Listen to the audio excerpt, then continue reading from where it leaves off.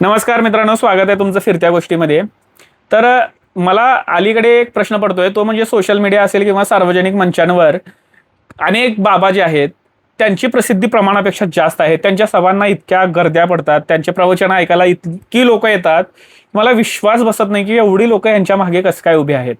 आता नुकतंच महाराष्ट्राच्या कानाकोपऱ्यात एक नाव गेलेलं आहे, ते म्हणजे भोंदूबाबा अशोक खरात.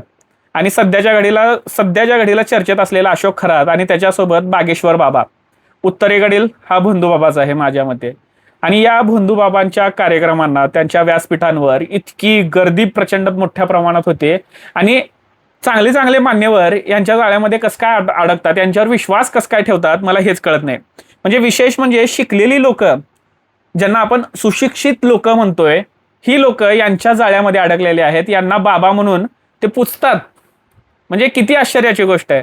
मग ज्या वेळेला मी हा विचार करत होतो, हे फेसबुक पोस्ट असेल किंवा या माध्यमातून मी याच्यावर लिहून टाकेनच, की मला असं वाटत होतं की या लोकांना शिकलेली लोक कसं काय फॉलो करतात, शिकलेली लोक यांच्या जाळ्यात कसं काय अडकतात.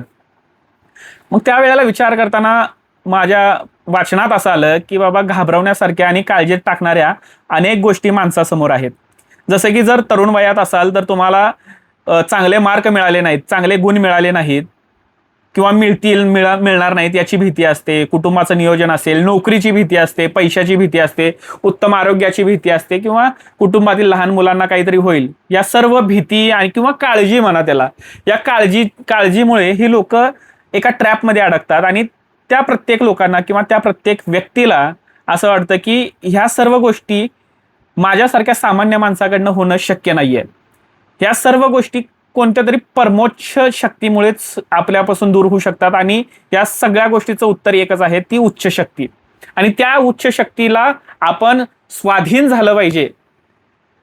आणि स्वाधीन झालो तर या सगळ्या गोष्टी व्यवस्थित सुरळीत सुरू राहतील आणि आपल्या आयुष्यावर काही संकट येणार नाही, हा विश्वास माणसाला येतो. आणि तो एका अशा तज्ज्ञाच्या शोधामध्ये जातो जो या सर्व गोष्टी त्याच्या आयुष्यामध्ये व्यवस्थित करू शकतो. तो म्हणजे एखादा गुरु, ज्याला सुरुवातीला तो गुरुच म्हणतो, नंतर ना बाबा असेल, काहीतरी धर्मगुरू वगैरे अशा गोष्टींमध्ये तो पुढे वाहवत त्या व्यक्तीच्या जाळ्यामध्ये अडकतो. आणि विशेष करून जर सुरुवातीला जर बघायला गेलं ना, आपलं आयुष्य जे आहे ना, ते रॅन्डम वेगवेगळ्या अनेक अनपेक्षित आणि अस्थिर गोष्टींनी बनलेलं आहे. आता आपल्या आयुष्यामध्ये अनेक प्रकारचा गोंधळ येतोच. तुम्ही श्रीमंत असा, गरीब असा, मिडल क्लास असा, किंवा अत्यंत हुशार असा किंवा अडाणी असा, तुमच्या आयुष्यामध्ये, तुमच्या जीवनामध्ये अनेक प्रकारचे गोंधळ येतच राहतात आणि तुमचं आयुष्य ते अस्थिर करतच जातात. उदाहरणच द्यायचं झालं तर तुमची नोकरी जाऊ शकते, तुम्हाला कुठला आजार पण येऊ शकतो, तुमचा पगार कमी होऊ शकतो, किंवा आर्थिक उलाढाल करताना तुमच्याकडून नुकसान होऊ शकतं. अशा अनेक गोष्टी आपल्या आयुष्यामध्ये येतात आणि ते आपलं आयुष्य अस्थिर करून निघून जातात. आणि त्या गोष्टीला टॅकल करण्याची ताकद किंवा त्याला सांभाळण्याची ताकद आपल्याकडून जेव्हा निघून जाते, तेव्हा माणूस घाबरतो. आणि त्या घाबरलेल्या परिस्थितीमध्ये तो माणूस या घटनेला किंवा या परिस्थितीला, वाईट परिस्थितीला दोष देण्यासाठी एक पंचिंग बॅग हुडकतो, ज्याच्यावर हे सगळा दोष तो टाकून मोकळा होऊ शकतो. की बाबा, हे माझ्यासोबतच होतं, ह्याच्यासाठी काहीतरी जबाबदार असेलच. मी एवढा चांगला आहे तरी हे माझ्यासोबतच काय होतं, तर याच्यासाठी काहीतरी घटना असेल. मग तो त्या तज्ज्ञाकडे जातो, म्हणजे त्या भोंदूबाबाकडे जातो आणि त्याची सगळी कथा जी आहे तो त्याच्या समोर मांडतो आणि म्हणतो की हे झालेलं आहे, एवढं नुकसान झालेलं आहे, माझा आजार पण कमी होत नाहीये. अशा मांडल्यानंतर ना मग तो जो तज्ञ आहे, जो भोंदूबाबा असेल, त्याच्यामध्ये तो अशोक खरात असेल, बागेश्वर असेल, जो भविष्य सांगतो, त्याच्या भविष्याचं काही माहित नाही, तो तुमचं भविष्य सांगतो आणि तुमच्या समोर काहीतरी मांडतो की बाबा, या ग्रहामुळे हा ग्रह तुझ्या आयुष्यामध्ये आलेला आहे, तो राहू केतू तुझ्या आयुष्यामध्ये आलेला आहे, तो शनी, त्या शनीची वक्रदृष्टी तुझ्या आयुष्यावर पडलेली आहे. अरे बाबा, 140 कोटीची जनता आपली, शनी कुणाकुणावर नजर मारणार आहे? लाईन मारतोय का तो किती जणांवर? त्या शनीची वक्रदृष्टी तुझ्यावरच का पडेल? तू एवढा काय अंबानी गेलायस का पंतप्रधान गेलायस का काय गेलायस? त्या शनीची वक्रदृष्टी तुझ्यावर पडल्यामुळे तुझ्या आयुष्यामध्ये हे असं प्रॉब्लेम व्हायला लागले. ह्याच्यासाठी तो तज्ञ, म्हणजे तो भोंदूबाबा पूजा अर्चा सांगतो, विधी सांगतो, हे होम हवन कर म्हणजे तुझं भलं होईल. आणि करणारा कोण? हाच भोंदूबाबा. म्हणजे प्रॉब्लेम तोच सांगणार, सोल्युशनही तोच सांगणार आणि जे सोल्युशनसाठी लागणारी जी प्रॅक्टिकल थेअरी जी आहे ते सुद्धा प्रॅक्टिकल तोच करणार.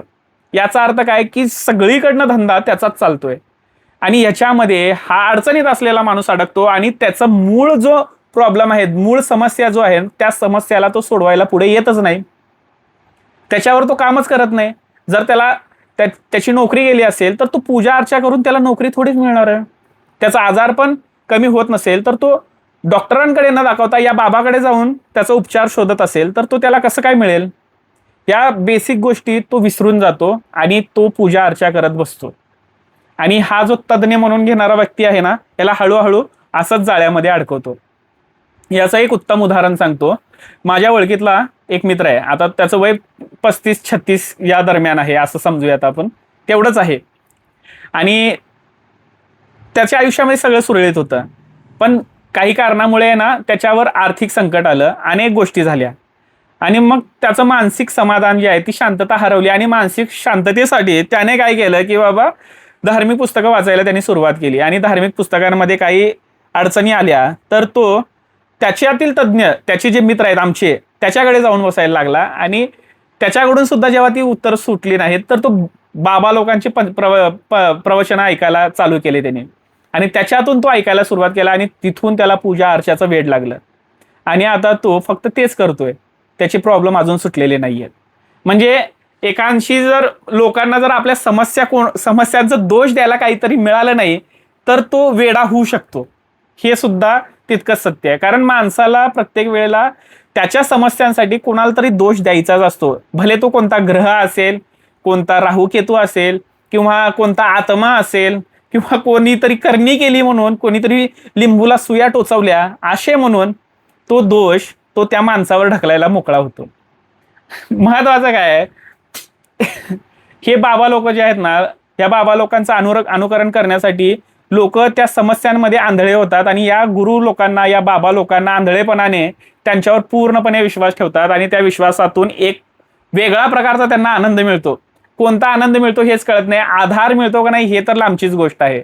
पण प्रत्येकाच्या आयुष्याचा उद्देश जो आहे ना त्यांचा, तो हरवून जातो. आणि त्यांच्या भक्तीमध्ये ते इतके तल्लीन होतात की स्वतःची प्रॉपर्टी सुद्धा त्यांच्या नावानं करायला ती पुढं मागे विचार नाही करत. आता विषय म्हणजे भोंदू खरात जो आहे हा अनेक लोकांच्या अकाउंटचा नॉमिनी आहे, अनेक लोकांचा वारसदार आहे तो. म्हणजे विचार करण्याची गोष्ट आहे की अशा बाबा लोकांच्या जाळ्यामध्ये हे शिकलेले लोक अडकत जातात. ते फक्त आणि फक्त भीती आणि काळजीपोटी. आणि महत्वाचं म्हणजे शिक्षणाचा सगळ्यांवर मोठा प्रभाव असतोच असा नाही.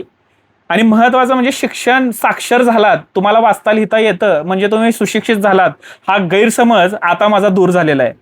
आणि महत्वाचं म्हणजे तुम्ही शालेय जीवनापासून 18 वर्षापर्यंत जे शिक्षण घेताय त्याच्यामध्ये वाचता लिहिता येणं आणि तुमचं क्रिटिकल चिकित्सक विचार करण्याची जी क्षमता आहे जर ती डेव्हलप झाली तरच तुम्ही शिक्षित आहात, हा माझा समज आता ठाम झालेला आहे.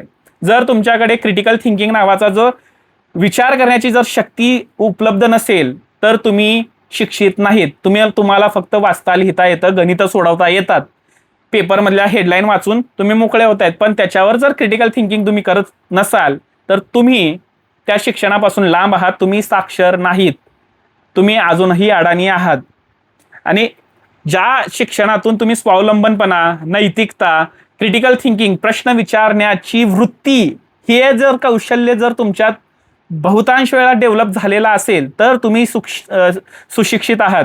जर विचार करण्याची आणि प्रश्न विचारण्याची वृत्तीच तुमच्यामध्ये तयार होत नसेल तर तुम्ही स्वतःला अडाणी म्हणा.